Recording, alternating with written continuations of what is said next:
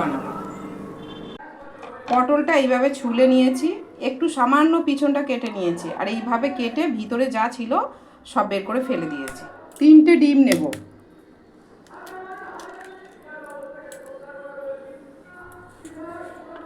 পেঁয়াজ, কাঁচা লঙ্কা, নুন, গোলমরিচ গুঁড়ো, এতে গরম জল বসাবো।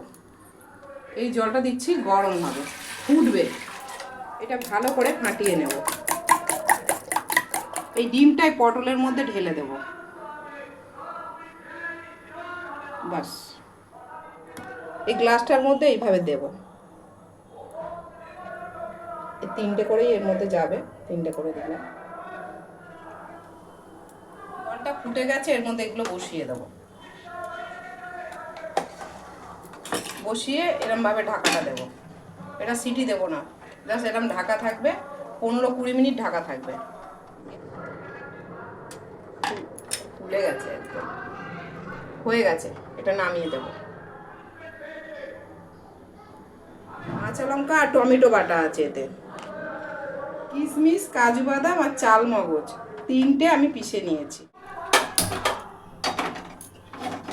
সরষের তেল, পটলগুলো ভেজে নেব। হয়ে গেছে, তুলে নেব। একটা তেজপাতা, টমেটো আর কাঁচা লঙ্কা বাটাটা দিয়ে দিই, নুন, সামান্য একটু চিনি, হলুদ, কাশ্মীরি লঙ্কার গুঁড়ো, ধনে গুঁড়ো, জিরে গুঁড়ো। এতে পেঁয়াজ পড়বে না, পেঁয়াজ দেবো না, বেটে রেখেছি, এটা দিয়ে দেবো।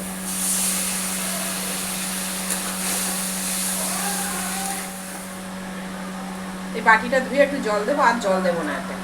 পটলগুলো ভেজে রেখেছি, এটা দিয়ে দেবো। ধনেপাতা কুচি, 10 মিনিট ঢাকা দেবো, গ্যাসটা আস্তে আছে।